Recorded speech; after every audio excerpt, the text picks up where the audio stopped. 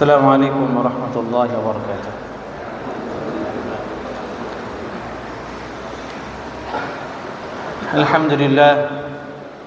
Alhamdulillah rabbil alamin, bihi nasta'inu ala umuri dunya waddin. Wassalatu wassalamu ala ashrafil anbiya'i wal mursalin, nabiyyina wa maulana Muhammadin wa ala alihi wa ashabihi wa man istanna bi sunnatihi ila yaumil qiyamah, amma ba'du. Allahumma anfa'na bima 'allamtana wa 'allimna ma yanfa'una, subhanaka la 'ilma lana illa ma 'allamtana innaka antal 'alimul hakim. Allahumma faqihna fid din waj'alna minal 'ulama'il 'amilin. Amin ya rabbal alamin. Sampai mana hadis kajian kita? Ikhwah, sekarang hadis Ummu Salamah, seingat saya. Hadis Ummu Salamah, an Ummu Salamah radhiyallahu taala anha, زوج النبي صلى الله عليه وسلم قالت: جاءت أم سليم امرأة أبي طلحة إلى رسول الله صلى الله عليه وسلم. Ini sudah ya? Mana jemaah yang sudah yang ini? Ini terakhir ini. Kadang berarti hadis Aisyah.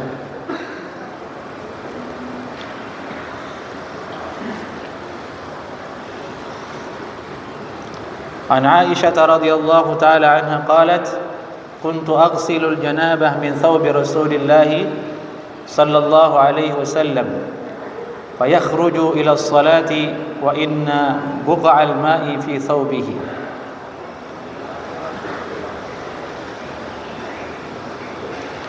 وفي لفظ مسلم: لقد كنت أفركه من ثوب رسول الله صلى الله عليه وسلم فركا ويصلي فيه.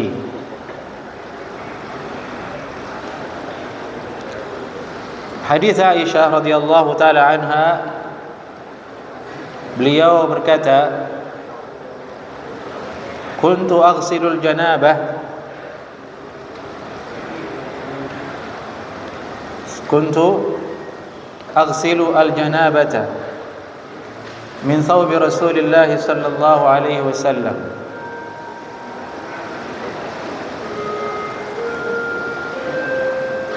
Aku mencuci, dulu aku pernah mencuci. Kuntu aghsilu artinya dulu saya pernah mencuci al-janabah. Al-janabah artinya di situ mani.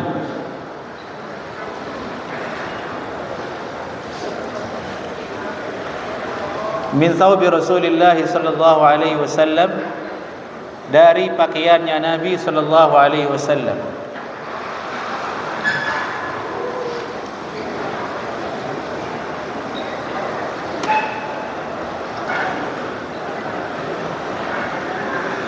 Disebut di sini dengan janabah untuk memperhalus bahasa. Janabah itu kan keadaan, sebab keluarnya mani, junub. Keadaan orang yang setelah keluar mani namanya janabah, junub. Tapi maksudnya adalah objek yang keluar, yang terhasil darinya, itu mani.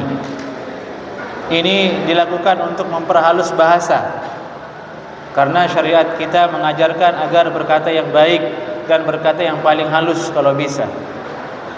Dan para sahabat Nabi itu kalau berkata, mereka memilih kata-kata yang paling halus kalau berkaitan dengan Nabi sallallahu alaihi wasallam. Jadi maksudnya di sini kuntu aghsilul janabata min thawbi Rasulillah sallallahu alaihi wasallam. Saya, kata Aisyah ummul mukminin, pernah mencuci air mani dari baju Nabi, pakaian Nabi sallallahu alaihi wasallam. Fayakhruj ila shalah, lalu Nabi memakai pakaian itu pergi salat. Sudah dicuci mani tersebut, lalu Nabi menggunakan pakaian itu pergi salat ke masjid. Itu maksudnya. Wa inna buqa'al ma'i fi thawbi, Dan sungguhnya bagian yang basah dicuci tadi itu masih ada di pakaian Nabi sallallahu alaihi wasallam, belum kering.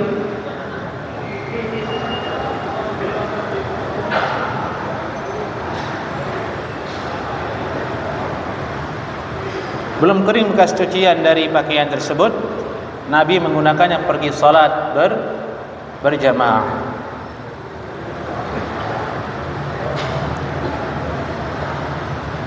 Wa fi lafzi Muslimin, dalam lafaz Imam Muslim, maksudnya ada hadis dikeluarkan Imam Muslim, redaksinya berbunyi seperti ini. Kalau yang tadi itu redaksi Imam Bukhari, karena kitab Umdatul Ahkam itu adalah kitab hadis yang isinya hanya Bukhari dan Muslim, tidak ada yang lain. Itu syarat atau metode penulisan kitab Umdatul Ahkam yang ditempuh oleh penulis kitab. Tidak keluar hadisnya dari Bukhari dan Muslim. Nah, riwayat Muslim sekarang di sini mengatakan, laqad kuntu afruquhu min thawbi Rasulillah sallallahu alaihi wasallam farkan fa yusalli fihi. Dan aku pernah mengeruk. Afruquhu artinya mengeruk. Ibaratnya kalau lilin menempel di pakaian kita, lalu kering lilin tersebut, supaya hilang bagaimana caranya? Kita kerukkan begitu. Kita kerok dia. Itu arti afruquhu. Bisa keruk dia. Apa yang dikeruk oleh Aisyah? Bekas mani Nabi sallallahu alaihi wasallam. Lalu Nabi sallallahu alaihi wasallam salat menggunakan pakaian tersebut. Jadi ini hadis ada dua versi. Ada dua keadaan. Keadaan pertama, ada mani di pakaian Nabi sallallahu alaihi wasallam, dicuci dengan air, dalam keadaan masih basah, dipakai salat oleh Nabi sallallahu alaihi wasallam. Riwayat yang kedua menyebutkan air mani tersebut dalam keadaan sudah kering, tapi untuk membersihkannya adalah dengan dihilangkan objeknya saja. Lalu dipakai oleh Nabi sallallahu alaihi wasallam untuk pergi salat. Hadis ini kemudian menjadi penelitian ulama terhadap beberapa perkara. Satu, hukum air mani, apakah najis atau tidak. Nah, ini didalilnya hadis ini. Jumhur ulama mereka mengatakan tidak najis, dan itu yang sahih. Itu yang sahih.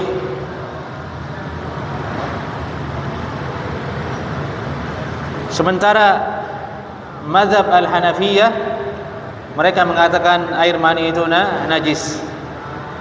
Mazhab Al-Hanafiyah dan Al-Malikiyah mereka mengatakan air mani itu najis. Tapi yang sahih adalah air mani tidak najis.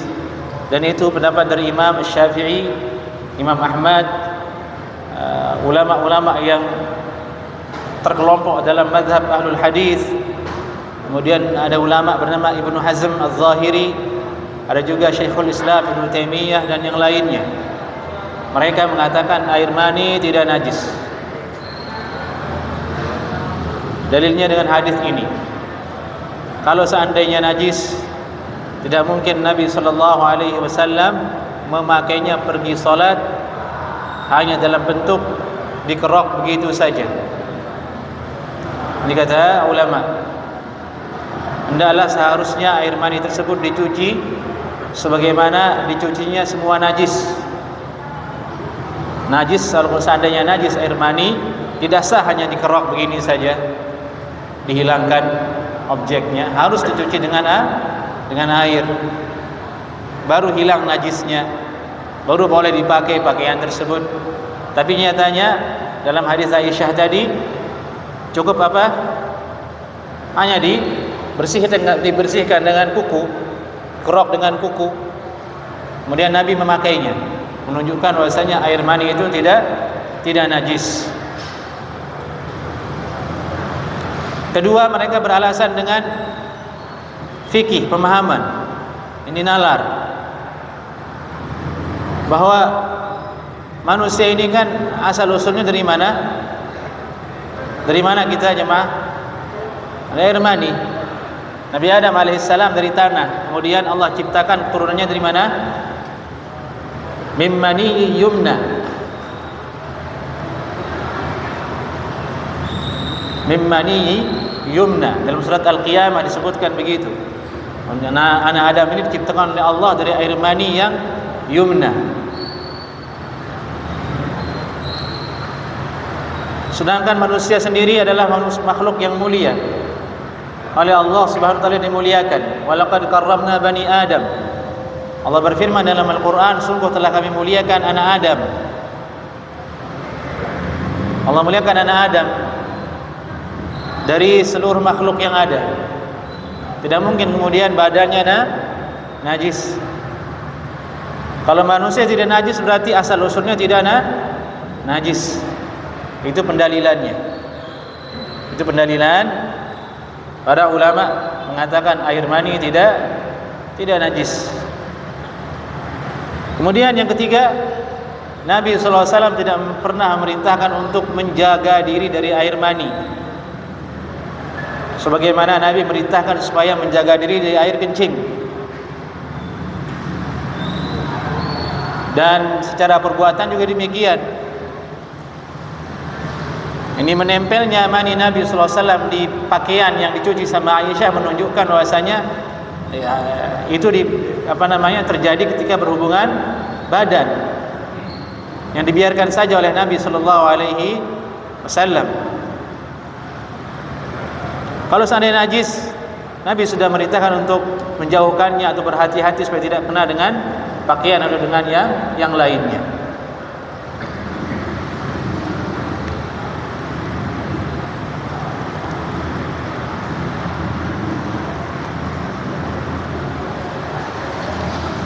Kemudian adapun hadis Aisyah ini yang menceritakan tadi dicuci oleh Aisyah radhiyallahu taala anha tidak menunjukkan sesuatu yang dicuci itu berarti dia najis.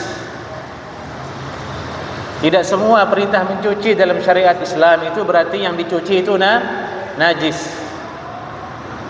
Dalam Al-Qur'an kita disuruh cuci wajah. Apakah wajah kita najis? Ya enggak lah.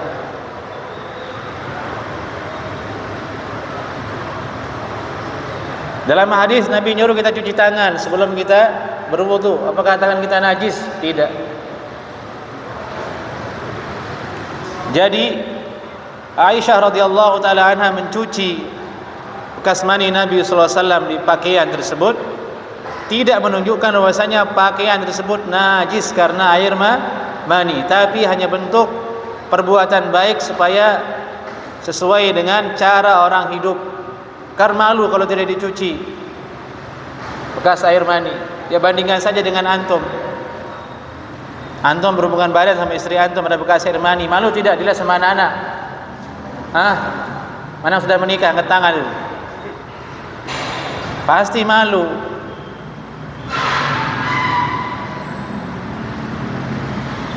Meskipun sebenarnya hal itu hal yang biasa.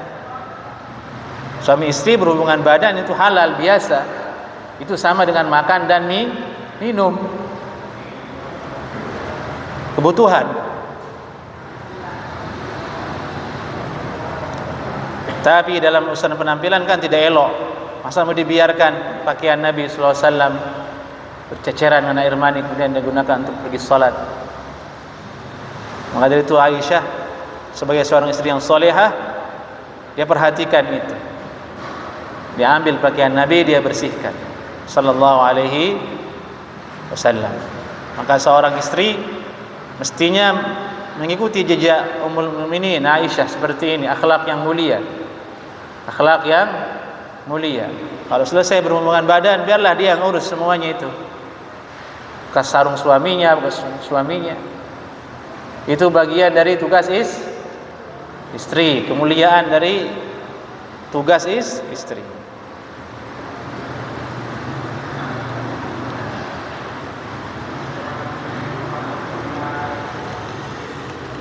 Hadis ini menunjukkan kemudian betapa sederhananya Nabi sallallahu alaihi wasallam.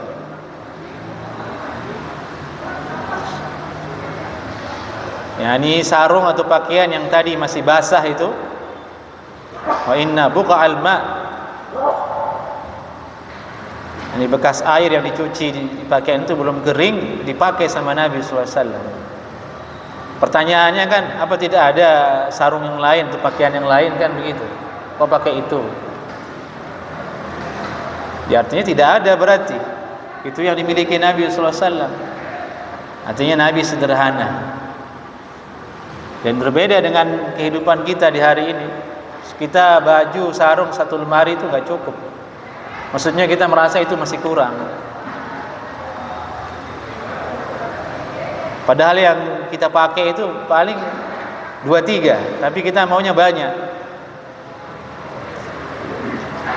Celana, sepatu, semuanya kita boros, israf.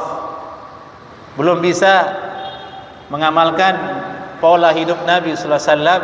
Ini pola hidup minimalis. Pola hidup minimalis kan banyak sekarang dianut oleh orang-orang modern. Baju 1-2 cukup, minimalis. Tapi yang mahal sekalian 2 juta satu baju. Tapi bajunya cuma 2. Itu orang minimalis kan begitu, ada tuh sekarang ada orang-orang modern hidupnya. Karena rumahnya kecil, hidup di apartemen. Berarti harus minimalis semuanya. Kalau apartemen isinya baju semua yang nggak bisa gerak kita. Sederhanakan kalau gitu. Baju suami 3, istri 4, anak 2. Cukup satu lemari. Nah, seperti itu. Kalau kita kan enggak. Satu lemari istri antum itu. Belum yang di koper. Belum yang digantung. Anak antum 2 lemari.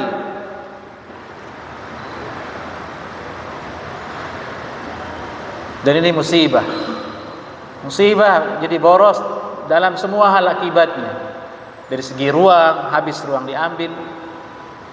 Dari segi energi, banyak baju berarti antum harus banyak mencuci. Banyak mencuci artinya harus pakai listrik, air dan mesin cuci. Setelah itu dia setrika, duit semua itu. Ke situ larinya. Dari itu kita semestinya berbenah dari sekarang itu bisa hidup minimalis dalam urusan pakaian. Sebagaimana Nabi sallallahu alaihi wasallam.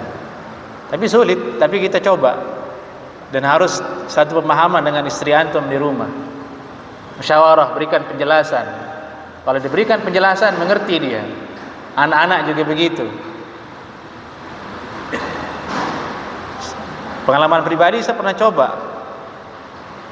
Banyak sekali pakaian. Sampai 2 kantong plastik gede itu pakaian saya kumpulkan yang tidak dipakai. Saya berikan ke orang, masih banyak juga. Loh, ini enggak ada habis-habisnya nih pakaian. Ambil lagi. Masih banyak juga. La haula wala quwata illa billah.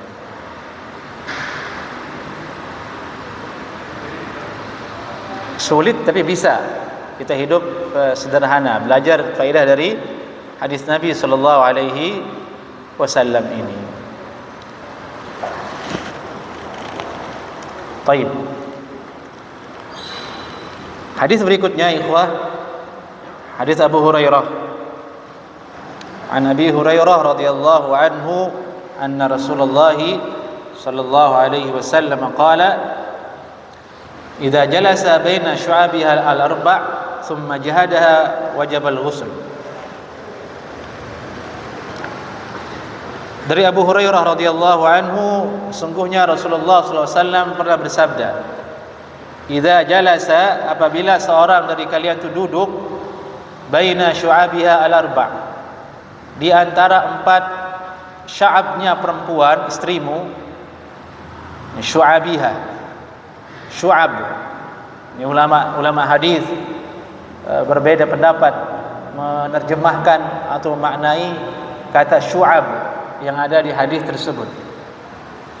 Apabila kalian duduk di antara 4 syu'abnya istrimu, ini syu'ab ini Pertama kata ulama, itu bahasa maksudnya bahasa lain untuk bersetubuh. Bahasa lain untuk bersetubuh. Kalau kamu bersetubuh dengan istrimu itu maksudnya. Di bahasanya apabila kamu duduk di antara 4 syu'ab. Ulama mengatakan 4 syu'ab itu kedua tangan dan kedua kakinya. Kedua tangan dan kedua kakinya, dan engkau laki-laki suami berada di antaranya, di atasnya. Ini posisi untuk menyetubuhi, posisi untuk berjima. Afwan, ini sudah menikah semua kan jamaah? Sebelah kanan sudah menikah semua kan? Ada yang belum menikah? Hah? Tidak ada yang jawab. Berarti sudah menikah semua ya? Alhamdulillah. Hah?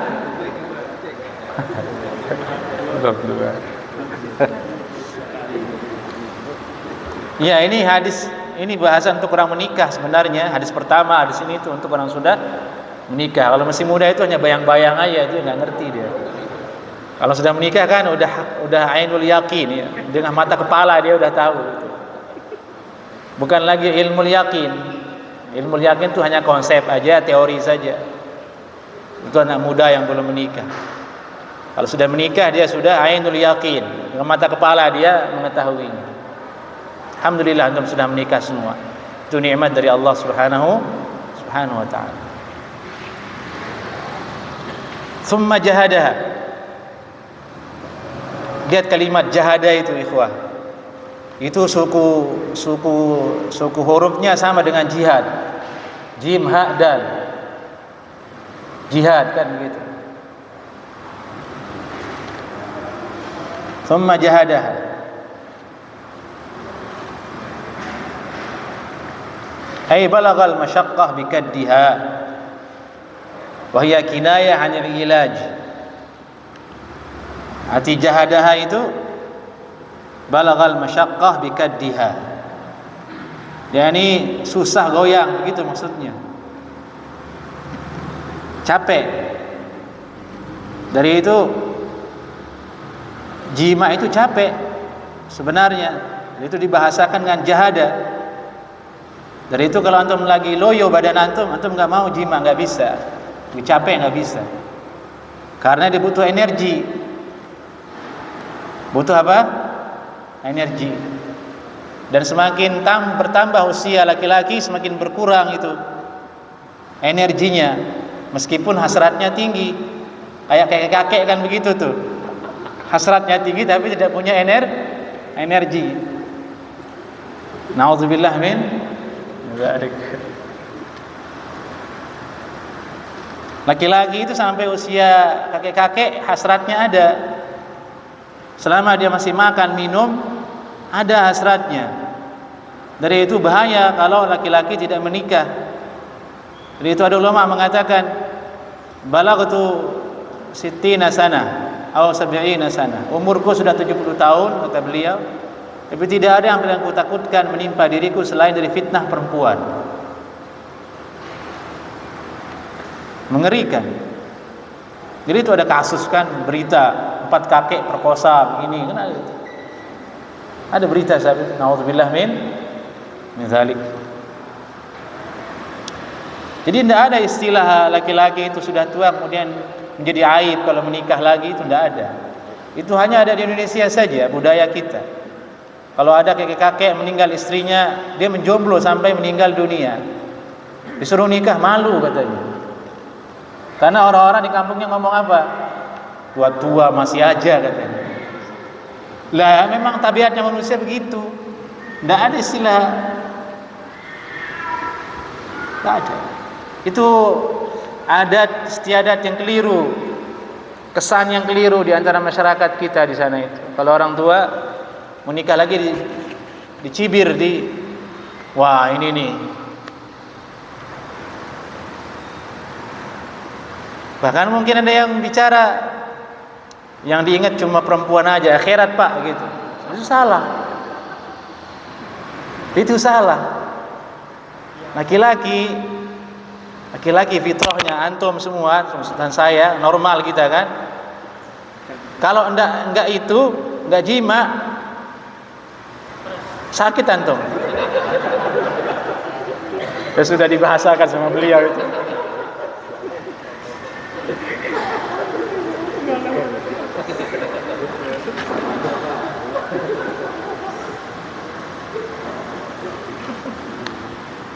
Ibnul Qayyim itu pernah berkata dalam kitabnya Zadul Ma'ad, tidak ada nikmat atau perbuatan yang paling menguntungkan selain dari jima, menguntungkan dan dibutuhkan oleh manusia yang normal.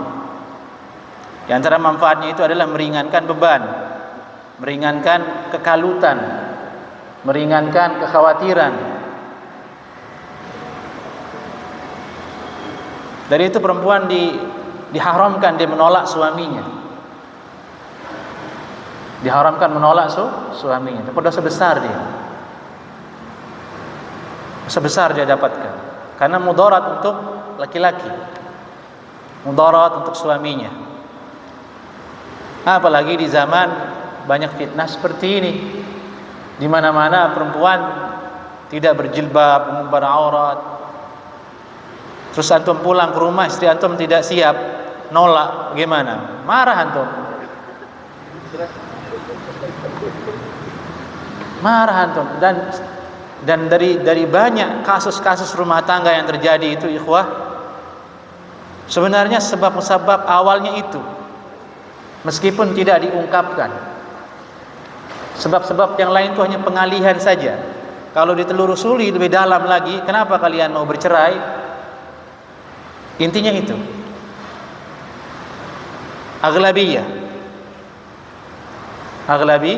aglabiyahnya begitu.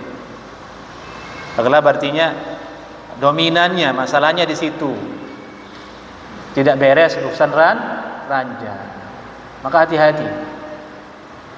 Coba aja antum ada muskil sama istri antum, muskil itu ada masalah, antum ke kasur jima, selesai itu. Seberat apapun masalah itu dengan dia, selesai. Itu yang dibilang sama orang-orang, ujung-ujungnya mandi junub juga kan begitu. Ya memang itu faktanya. Makanya diharamkan. Tapi ternyata kita kembali ke hadis ini, summa jahadaha. Dia berjuang. Itu kinayah anil jima'. Kinayah anil jima'. Bahasa santun, bahasa kiasan untuk jima'. Tapi yang menarik di situ kalimat yang digunakan Nabi sallallahu alaihi wasallam, jahada. Butuh usaha. Butuh usaha.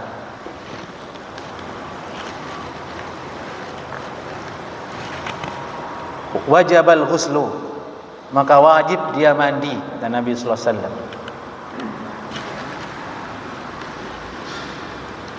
Wa fi lafzin li Muslim, wa fi lafzin li Muslimin, dan dalam teks riwayat Imam Muslim disebutkan wa illam yunzil, walaupun laki-laki tersebut tidak sampai keluar air maninya, asalkan dia sudah masuk dukhul, wajib dia mandi.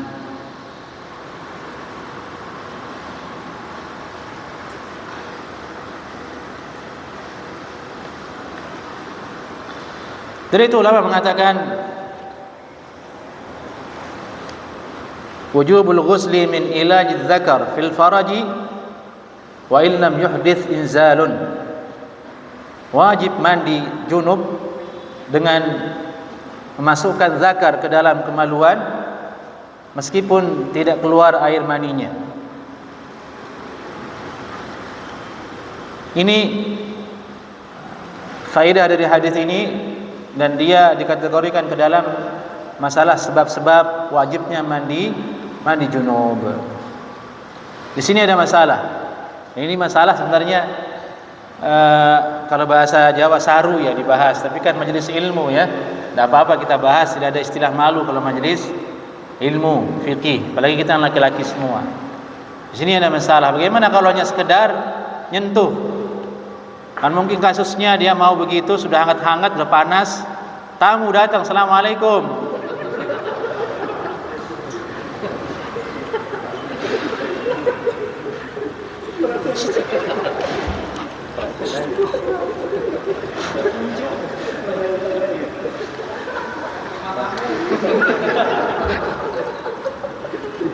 Astagfirullah.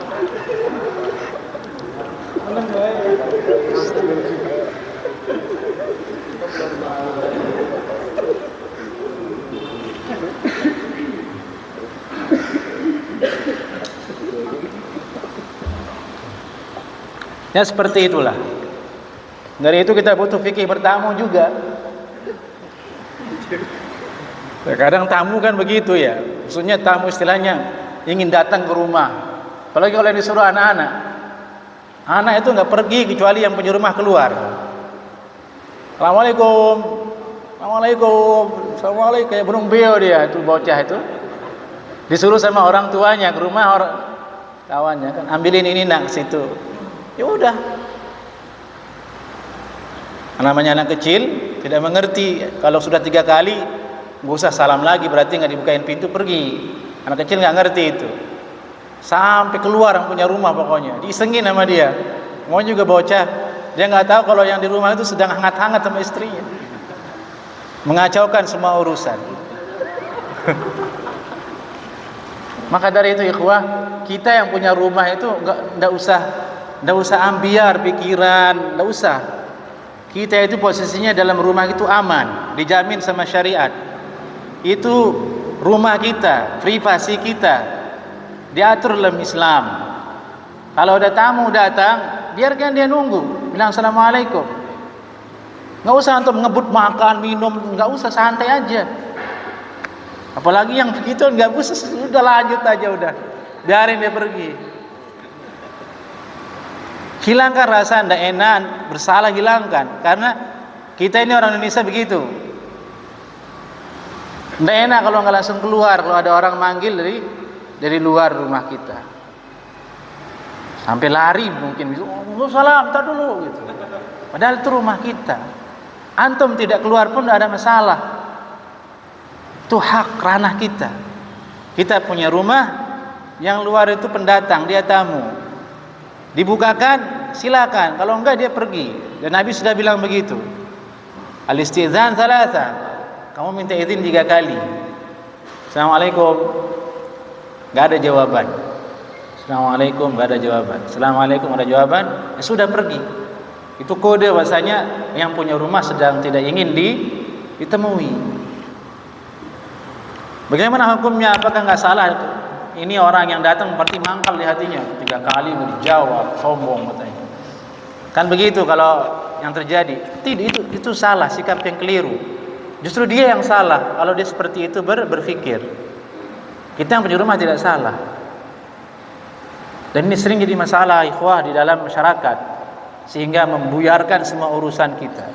Termasuk antum sedang ingin privasi di rumah, ingin sama anak, antum ingin ngopi sendirian, ingin slow datang, assalamualaikum, kacau semuanya.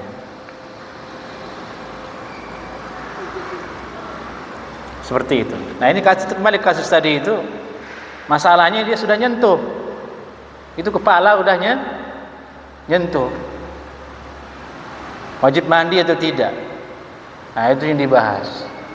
Makanya dilihat, kalau hanya sekedar nyentuh ujung saja dengan ujungnya, ini dalam hadis lain disebutkan idzal taqal khitanani faqad wajabal ghusl.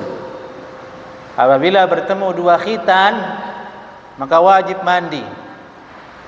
Laki-laki di khitan, perempuan di khitan. Kalau 2 itu bertemu wajib mandi meskipun tidak inzal. Ada 2 pendapat di sini. Dia mengatakan kalau sekedar nyentuh saja berarti bertemu 2 khitan. Meskipun belum selesai masuk, belum hilang untuk kepalanya masuk ke dalam, disuruh wajib mandi. Yang kedua yang dimaksud dengan bertemu 2 khitan adalah sudah masuk kepalanya. Afwan, yang vulgar aja, kan udah menikah semua kan, udah hilang untuk kepalanya, nggak kelihatan. Nah, itu yang wajib mandi. Kalau sekedar hanya naruh saja di atas, nggak wajib mandi. Seperti itu. Ini fawaid yang harus diingat dan bisa terjadi ragu dalam mandi atau tidak. Itu dia. Yang dikatakan mandi adalah kalau sudah ilaj, dukhul, sudah masuk bagian kepalanya. Kalau belum, meskipun hanya sekedar nyentuh, belum wajib mandi. Hanya kalau dalam bulan Ramadan jangan dicoba. Kalau siang-siang jangan. Itu bahaya karena ada 2 kafarah kan. Imma kafarah jima itu 2 bulan puasa berturut-turut untuk menghindari syubhat. Jangan coba-coba. Ada waktu yang lain itu malam hari. Ini penting sekali karena dia masalah kebutuhan kaum laki-laki dan semua manusia yang normal. Meskipun tertutup tapi semua orang mengetahuinya. Jadi itu dibahas oleh Nabi sallallahu alaihi wasallam. Kemudian faedah lainnya, ikhwah, inilah salah satu bentuk kesempurnaan syariat Islam, agama Islam yang kita peluk ini. Semuanya dibahas. Jadi bertambah keimanan kita. Tidak ada aturan, tidak ada konsep yang bisa menyentuh masalah individu selain dari syariat Islam. Dalam Islam diatur, ditunjukkan yang terbaik, yang terbagus oleh Nabi SAW, oleh Allah Subhanahu wa Ta'ala. Tidak lain tujuannya adalah untuk kemaslahatan manusia di dunia dan akhirat. Nah, ini faedah yang paling utama yang harus kita ingat supaya lebih mendalam keimanan kita, lebih semakin cinta kita kepada agama Allah Subhanahu wa Ta'ala.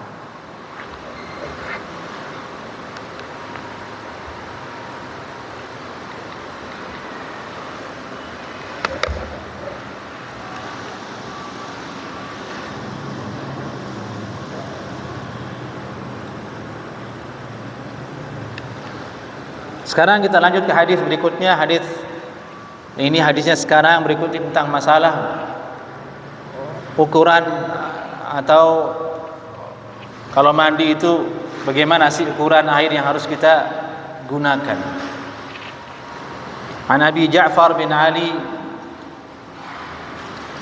ibn al-Husain ibn Ali bin Abi Talib radhiyallahu anhu annahu kana huwa wa abuhu inda Jabir أنه كان هو وأبوه عند جابر بن عبد الله رضي الله تعالى عنهما وعنده قوم فسألوه عن الغسل فقال يكفيك صاع فقال رجل ما يكفيني فقال جابر يكفي من هو أوفر منك شعرا وخير منك يريد رسول الله صلى الله عليه وسلم ثم أمن في ثوب في لفظ كان النبي صلى الله عليه وسلم يفرغ الماء على رأسه 3. Dari Abu Ja'far bin Ali, ini Abu Ja'far bin Ali bin Al-Husain bin Ali bin Abi Talib. Ini sanad Ahlul Bait, sanad keluarga Nabi sallallahu alaihi wasallam. Abu Ja'far itu Ahlul Bait. Dia adalah putranya Ali. Ali ini adalah putra dari Imam Al-Husain, cucu Nabi sallallahu alaihi wasallam. Al-Husain adalah anak dari Ali bin Abi Talib. Ali sendiri adalah anak dari Abu Talib. Abu Talib, siapa Abu Talib?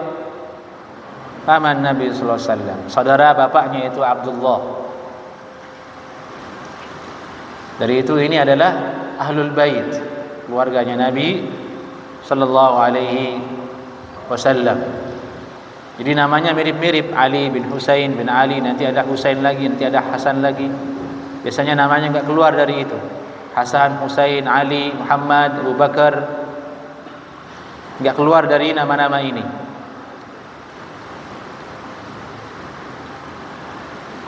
Annahu kana huwa wa abuhu, yani beliau Abu Ja'far bersama bapaknya Dan ini Ja'far bin Ali. Ini berarti Ja'far dengan bapaknya bernama Ali. Inda Jabir, duduk di majlisnya Jabir. Jabir adalah sahabat Nabi, Jabir bin Abdullah. Majlis seperti ini ada Jabir di depan, di situ yang di jamaah pun ada Abu Ja'far dengan bapaknya itu Ali.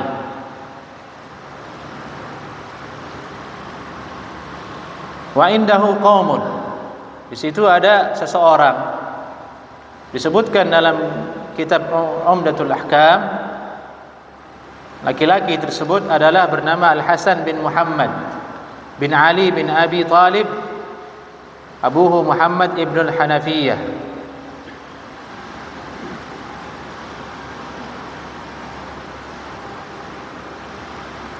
Itu nama laki-laki ini yang ada di majlis tersebut. Fasaluhu 'anil ghusli. Kemudian orang-orang bertanya kepada Jabir tentang mandi junub. Jabir berkata, yakfika sa'un. Cukup bagimu satu sa'. Satu sa' itu 4 mud. Mud itu segini lah kira-kira. Lebih besar sedikit, 4 begini. Satu sa'. Mendengar keterangan dari Jabir bahwa ukuran air mandi untuk junub itu hanya satu sa' cukup, ada laki-laki di situ yang tadi bernama Al-Hasan bin Muhammad bin Ali bin Abi Talib, abuhu Muhammad al-Hanafiyah. Dia berkata, ma yakfini, tidak cukup saya dengan segitu, kata laki-laki tersebut yang ada di majlis. Faqala Jabir menjawab, yakfi man huwa awfaru minka sya'ran wa khairum minka. Orang yang lebih bagus dari dirimu, orang yang lebih lebat rambutnya dari dirimu, cukup mandi dengan satu sa'. Itu maksudnya Nabi sallallahu alaihi wasallam. Artinya dibantah oleh Jabir, laki-laki tersebut. Kenapa kamu tidak cukup satu sa', sementara orang yang paling alim, paling dekat dengan Allah, Nabi, lebih bagus dari dirimu, cukup dengan satu sa'. Begitu kira-kira maksudnya. Thumma mana fi thawbin. Kemudian beliau mengimami kami dengan dalam sebuah pakaian, maksudnya menggunakan pakaian mengimami kami. Maksudnya adalah Nabi SAW mandi dengan satu sa', kemudian keluar mengimami para sahabat, menunjukkan bahwasanya mandi dengan satu sa' itu cukup untuk menghilangkan junub. Jadi hadis ini maksudnya sebagaimana tadi yang kita sampaikan, bahwasanya ukuran air paling minimal itu, ini adalah ukuran yang paling minimal untuk mandi junub, itu adalah satu sa'. Adapun maksimalnya tidak disebutkan. Disebutkan. Dan satu sa' ini tentunya adalah tidak dalam setiap saat mandi junubnya Nabi SAW, tapi dalam beberapa keadaan. Karena Nabi kan banyak keadaannya. Pernah musafir, mukim, pernah banyak air, sedikit air, tergantung dengan sikon. Tapi pernah Nabi SAW dengan satu sikon mandinya dengan satu sa'. Maka jumlah air yang sedikit ini sudah cukup untuk mandi junub.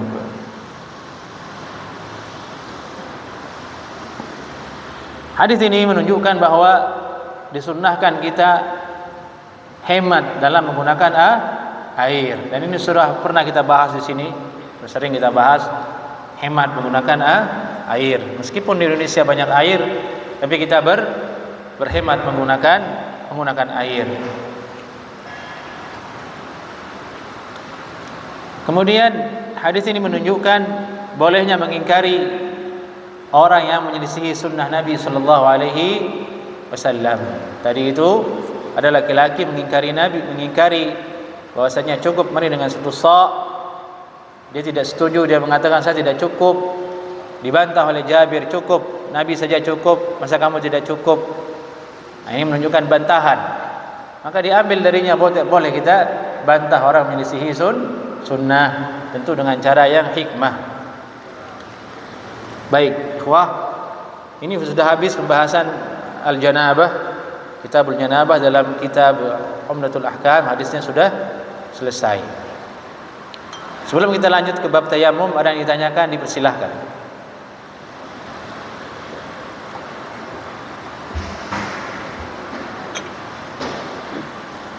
Pakai mic ini.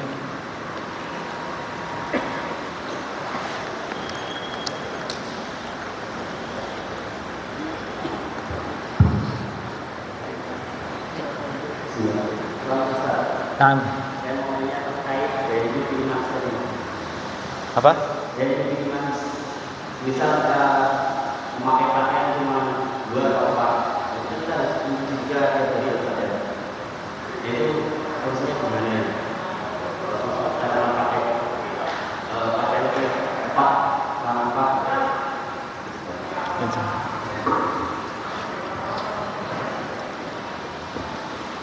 Allah Ta'ala berfirman, wa kulu washrabu wa la tusrifu.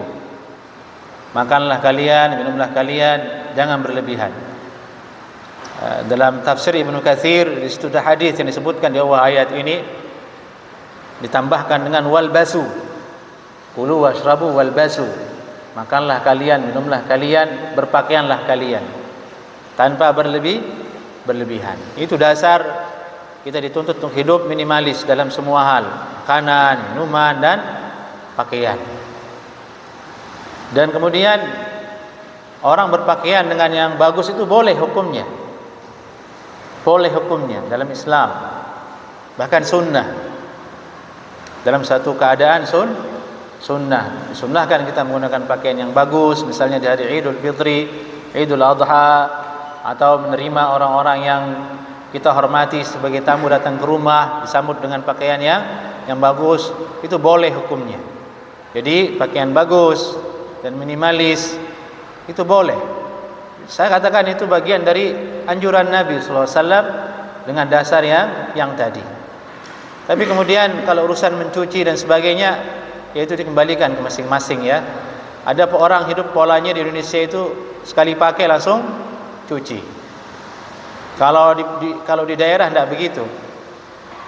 Seminggu baru dicuci. Kalau di pelosok di daerah-daerah orang-orang tua dulu, bahkan di sebagian yang pernah kami alami ketika di pesantren, kita itu nyuci cuma sekali seminggu.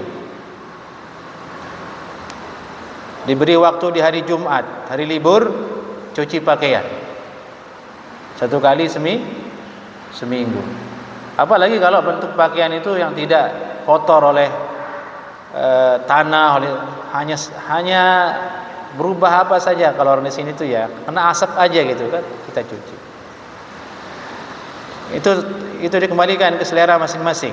Tidak ada pertentangan dengan sering mencuci dengan minimalis tersebut. Mencuci itu pun juga nggak harus dengan sabun sebenarnya kan. Tapi karena sudah dibuat mindset kita oleh iklan-iklan itu, Rinso, Daya, coba dipakai air saja, diguyur, hilang debunya, jemur, selesai sebenarnya. Asal tidak bercampur dengan pakaian yang bau atau di situ ada najis. Selesai. Kemudian dibeli minyak wangi, selesai. Tapi karena sudah kedung kita itu, pola gayanya memang sudah seperti itu, sulit dirubah. Apalagi berhadapan dengan ibu-ibu, nggak bisa menang. Nanti antum dibilang pelit banget jadi suami, beli deterjen aja nggak mau. Mungkin itu ya itu maslahat ya. Intinya dikembalikan ke masing-masing.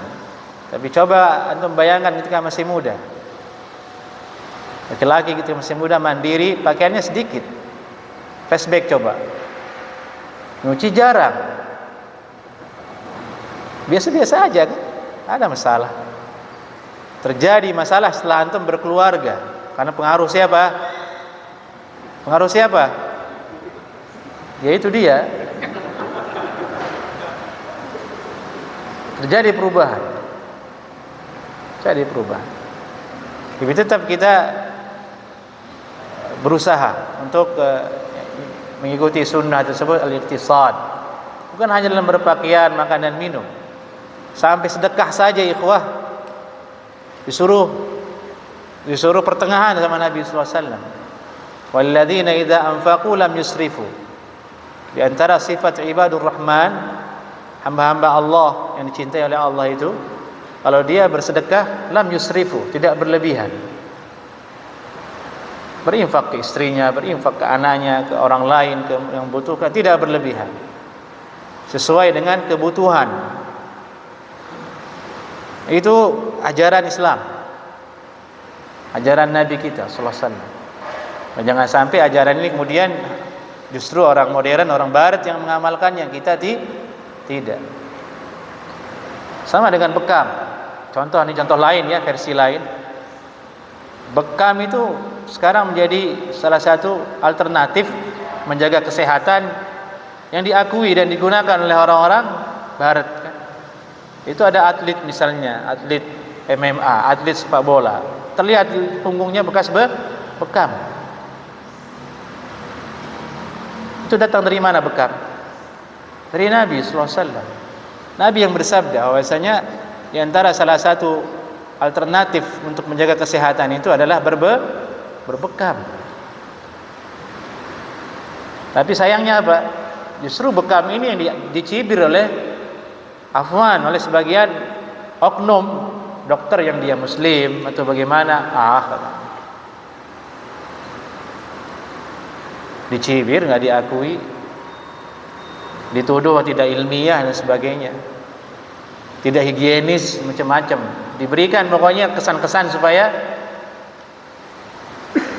orang jangan melakukannya. Padahal sunnah Nabi dan diakui oleh orang-orang modern di hari ini. Coba saja antum berbekam, antum merasakan betapa nikmatnya, luar biasa berbekam. Dan itu sunnah Nabi. Kalau kita niatkan, ya ini cara Nabi saya lakukan, plus saya ingin menjaga kesehatan, dapat pahala. Pahala.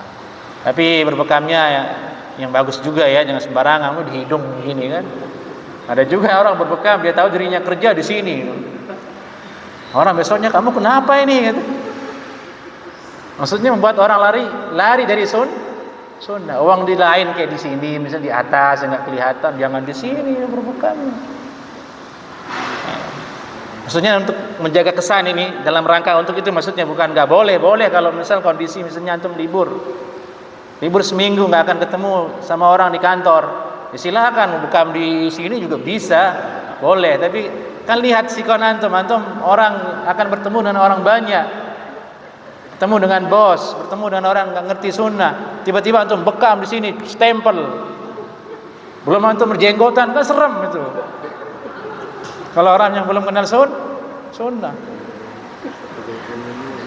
Nah, hal-hal seperti itu sebenarnya sepele ya, tapi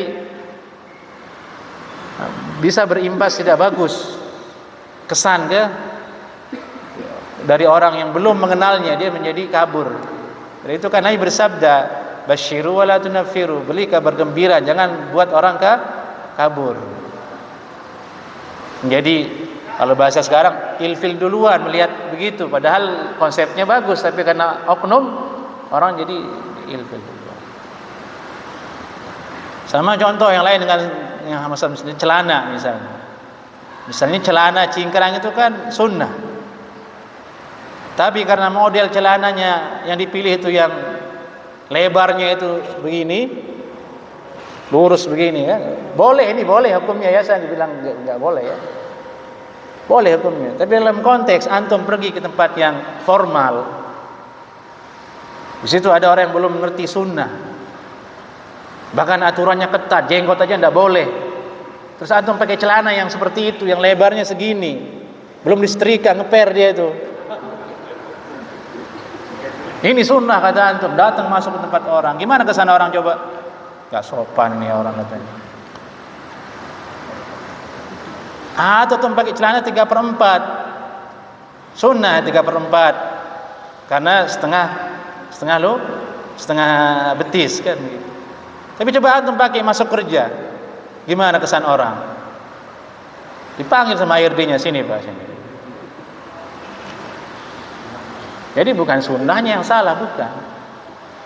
Harus lebih bijak cara mengaplikasikan perintah-perintah tersebut supaya orang-orang yang belum mengenal itu tidak merasa asing dengan hal tersebut sehingga dia jadi lari. Jadi melebar ke situ masalah ini. Baik, barakallahu fiik. Ada pertanyaan lain, ikhwah?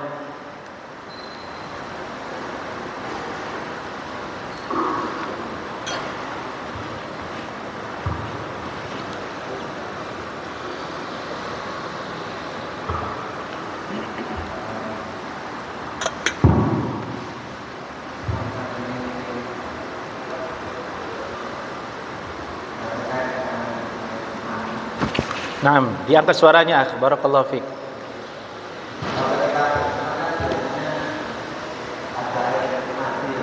Ya.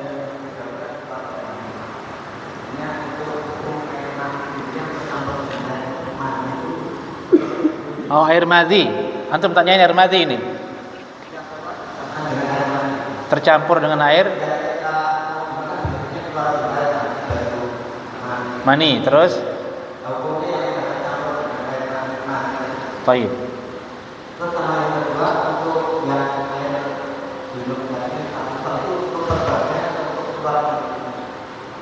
Baik, yang pertama dulu ya, barakallahu fiik. Beliau bertanya tentang air madhi. Diketahui bahwasanya air mani itu mukaddimahnya apa? Air madhi namanya. Air madhi itu adalah cairan yang bening seperti air biasa begini sebagai mukaddimah. Bahwasanya keadaan tubuh kita itu sedang siap untuk mengeluarkan air mani. Yaitu mukaddimahnya. Ulama khilaf dengan air madhi tersebut. Air madhi itu keluar ketika badan kita hangat karena syahwat, menandakan bahwasanya sudah di puncak, sebentar lagi air mani itu akan keluar. Nah, apakah najis atau tidak kalau bercampur dengan air mani? Ini masalah detil. Masalah yang sulit untuk dipisahkan. Masyaqqah syadidah. Dari itu ulama mengatakan tidak ada masalah apakah ada madhi atau tidak di sarung tersebut. Intinya dilihat adalah mani. Adanya madhi dimaafkan di situ. Nah, misalnya hadis yang tadi, ada air mani Nabi sallallahu alaihi wasallam di sarungnya. Kan mustahil tidak ada madhi di situ. Pasti ada. Tapi Nabi membiarkannya, dibiarkan. Dari itulah mengatakan dimaafkan, dimaafkan. Nah, barakallahu fiik. Terus yang kedua, mandi satu sok terus. Iya, itu untuk seluruh tubuh. Caranya sedikit-sedikit. Satu begini untuk kepala, satunya lagi untuk begini. Sebisa-bisanya supaya kena semua badan. Tapi kan praktiknya di hari ini tidak mungkin kita satu sok kan. Satu toren adanya tuh. Bukan satu sok lagi praktiknya, satu toren. Hadis yang tadi itu dalam keadaan darurat baru bisa diamalkan oleh kita. Pergi safar misalnya, tengah safar antum di tengah jalan pada Allah mimpi lihat ada air mani di celana antum. Waduh, dapat air dari mana ya? Ingat hadis yang itu. Oh, itu ada hadis mengatakan begitu. Airnya cukup nih. Air aqua yang begini itu cukup. Di situ dia berfungsi. Kalau di hari ini ya tidak. Jadi itu bukan pembatasan kan maksudnya. Jadi kita katakan hadis satu sok air itu bukan pembatasan. Tapi kalau dalam keadaan terdesak adanya segitu itu cukup. Barakallahu fiik. Naam. Mengikuti aturan yang hadis yang dulu. Tidak harus. Itu kan sunnah. Ini maksudnya Nabi seperti itu. Kalau hadis yang itu posisinya Nabi airnya lebih dari satu sok. Berarti kalau satu sok tidak dengan cara yang ada di riwayat yang kita bahas kemarin. Jadi seperti itu kita menyikapi hadis, dan itu penjelasan ulama bahwasanya hadis Jabir tadi itu dalam satu kondisi tertentu Nabi sallallahu alaihi wasallam. Sementara hadis tentang tata cara mandi yang dulu kita bahas itu kondisi berbeda lain.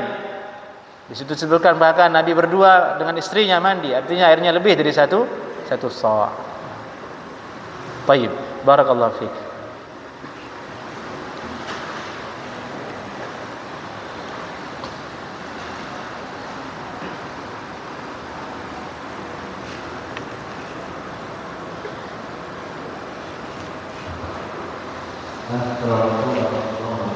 Assalamualaikum warahmatullahi wabarakatuh.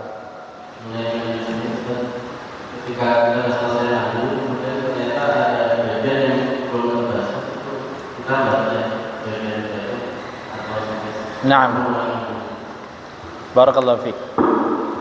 Kalau kita mandi kemudian ada bagian yang belum terkena oleh air, apakah kita ngulang mandi dari awal ataukah cukup membasuh, mencuci yang belum kena? Jawabannya adalah cukup mencuci yang belum kena. Ada batasnya, belum kering semua nih, mungkin ada nempel apa gitu di.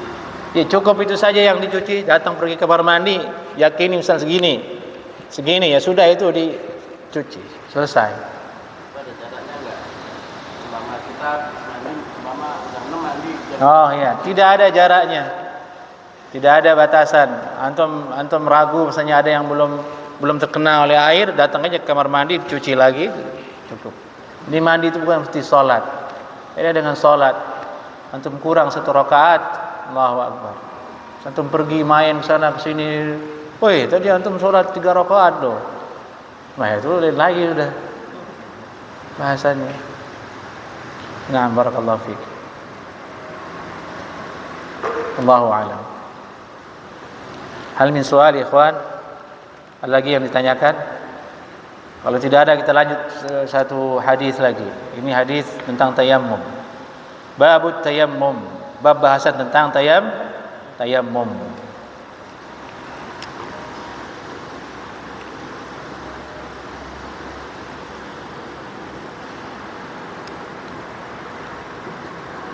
Jadi tayammum ini ikhwah, pengertiannya itu adalah satu kegiatan yang dilakukan sebagai pengganti dari wudu supaya sah salat kita ketika air tidak ada. Itu maksud dari tayammum. Satu aktivitas, satu kegiatan yang dilakukan untuk mengganti wudu ketika tidak mendapatkan air atau tidak bisa menggunakan air. Ini maksud dari tayammum.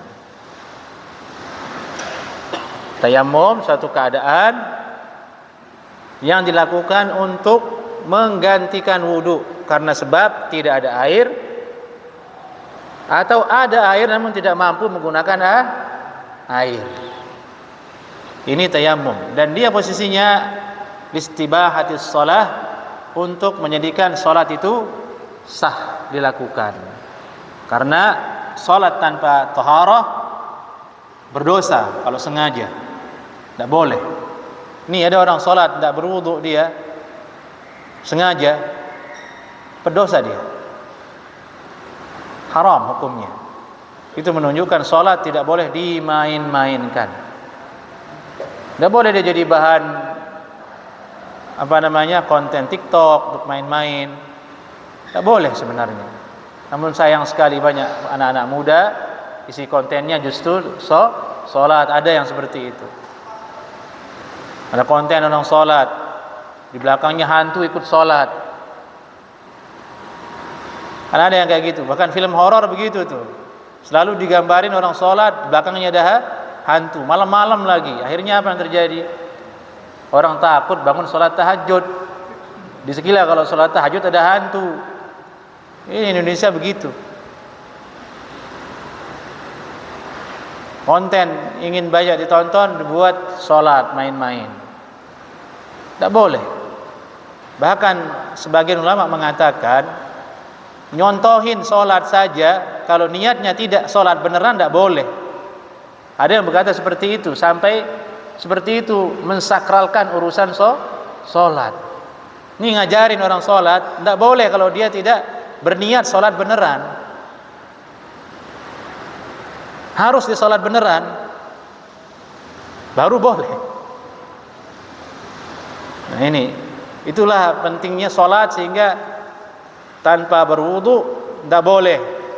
Kalau tidak ada air disuruh tayammum, baru sah kemudian sholatnya. Kenapa seperti itu ya ikhwah?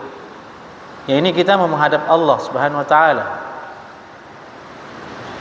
yang menciptakan kita, memberikan kita rezeki.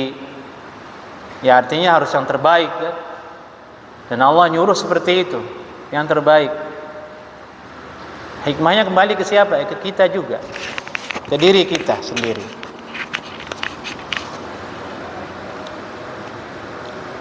Itu mukaddimah tentang tayammum.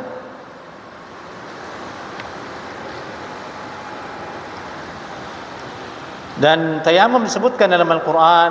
Allah Ta'ala berfirman, fatayammamu sa'idan tayyiban,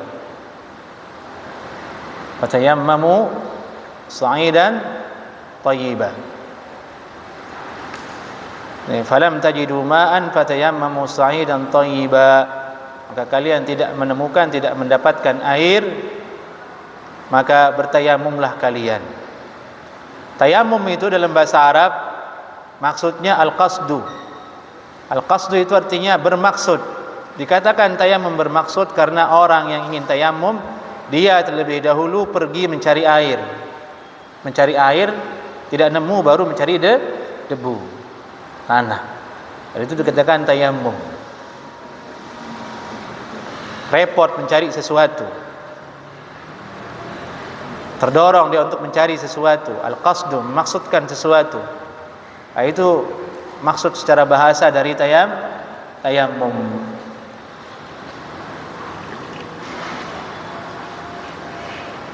Kemudian tayammum ini nanti dibahas hadisnya.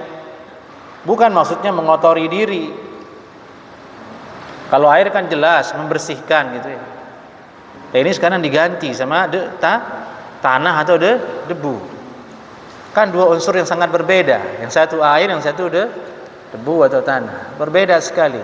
Satunya untuk membersihkan, ini ya berarti menempelkan sesuatu yang tidak bersih secara aturan kebersihan.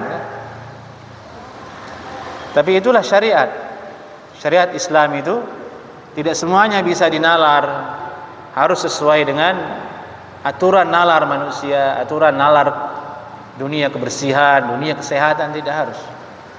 Itu wahyu dari Allah Subhanahu wa taala. Allah yang nyuruh seperti itu. Enggak ada air, tayammum. Suruh tayammum. Dan manusia kita umat Islam, sebagaimana namanya Islam, berserah diri, diikuti tanpa ada kritik, tanpa ada protes. Itulah kunci keselamatan. Dan kalau kunci ini dihilangkan, itu menjadi penyebab orang keluar dari Islam atau ateis. Kritis bukan pada tempatnya. Kapan saja orang kritis dalam masalah-masalah seperti ini? Kenapa dengan debu? Kenapa enggak dengan yang lain saja? Kok begini. Itu awal orang bisa-bisa menjadi keluar dari Islam. Bahaya sekali. Dan tidak boleh kita dengarkan orang yang seperti itu kalau berbicara. Biasanya dia bicara vokal karena pinter, logika dia gunakan. Dan kita punya logika. Kalau logika dengan logika nyambung, klop.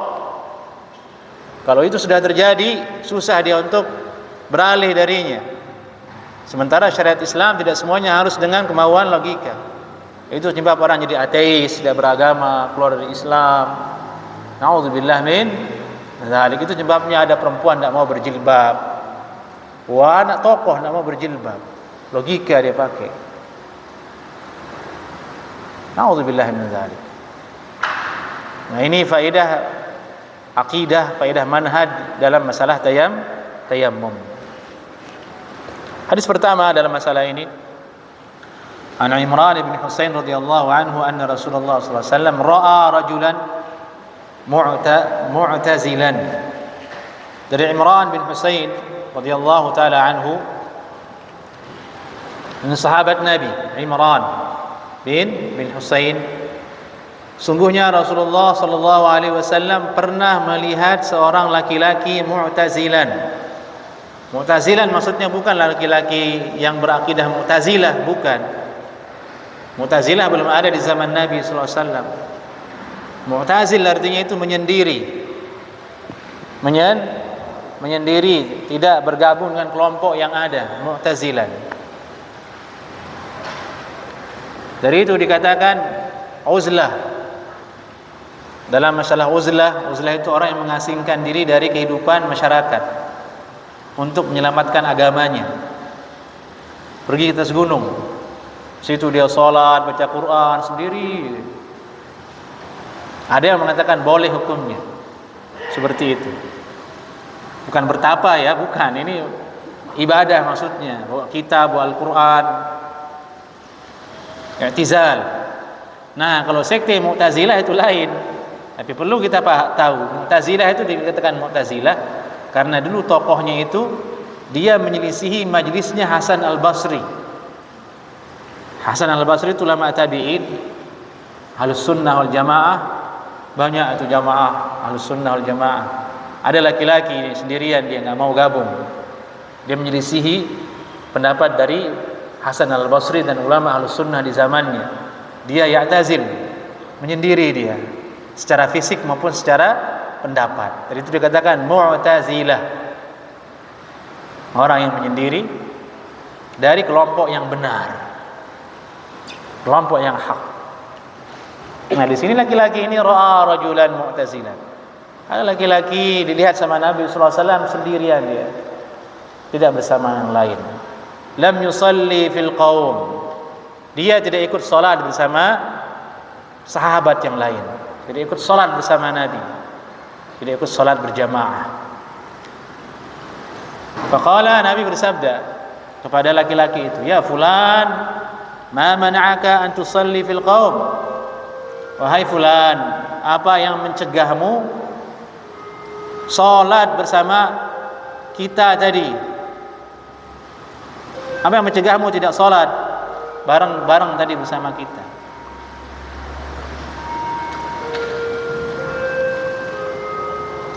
Nah, ini Nabi sallallahu alaihi wasallam ada akhlak di sini. Nabi tidak langsung memarahi, tidak langsung menghukumi, langsung vonis, tidak.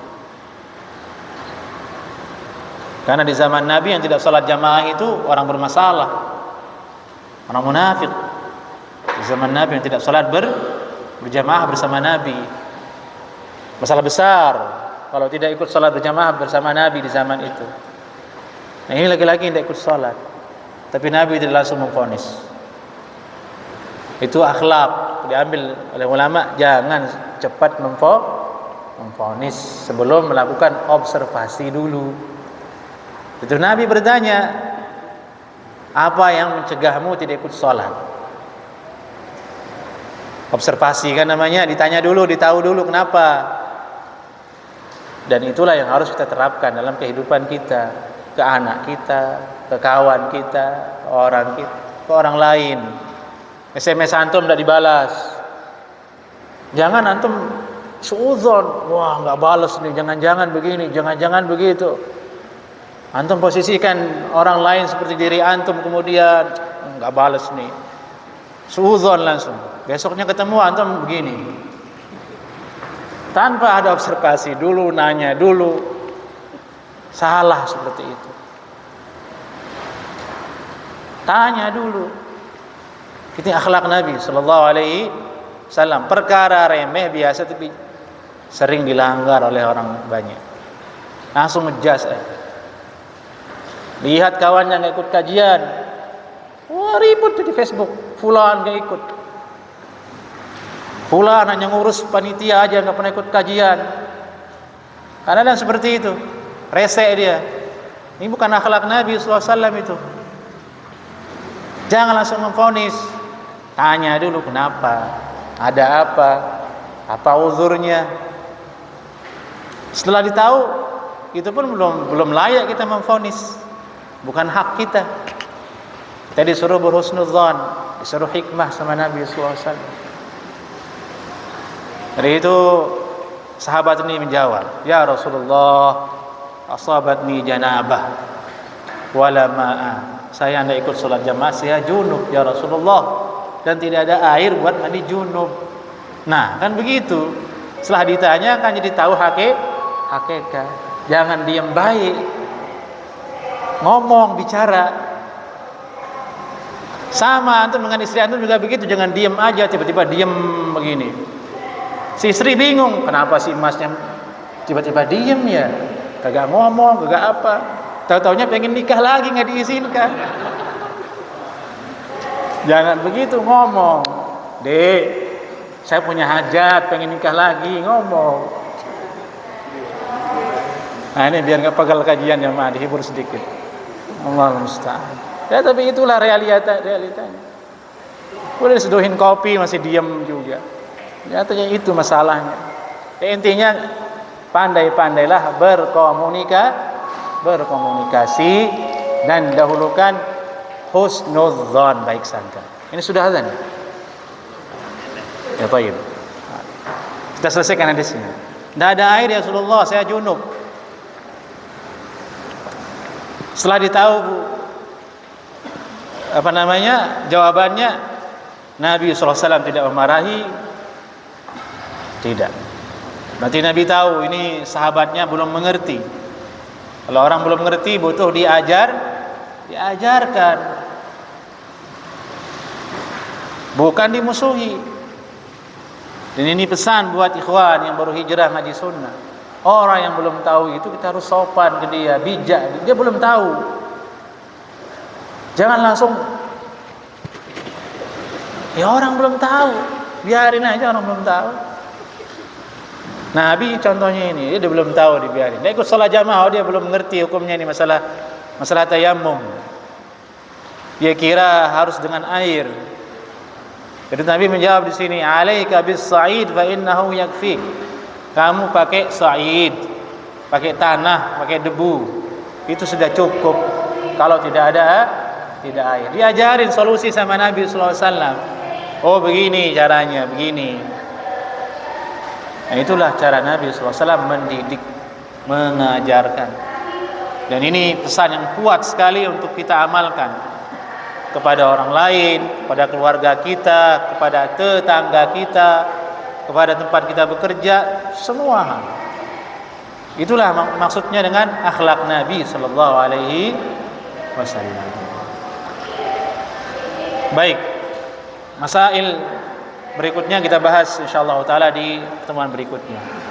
Sampai sini kajian kita untuk jamaah. Naktafi bihadza. Assalamualaikum warahmatullahi wabarakatuh.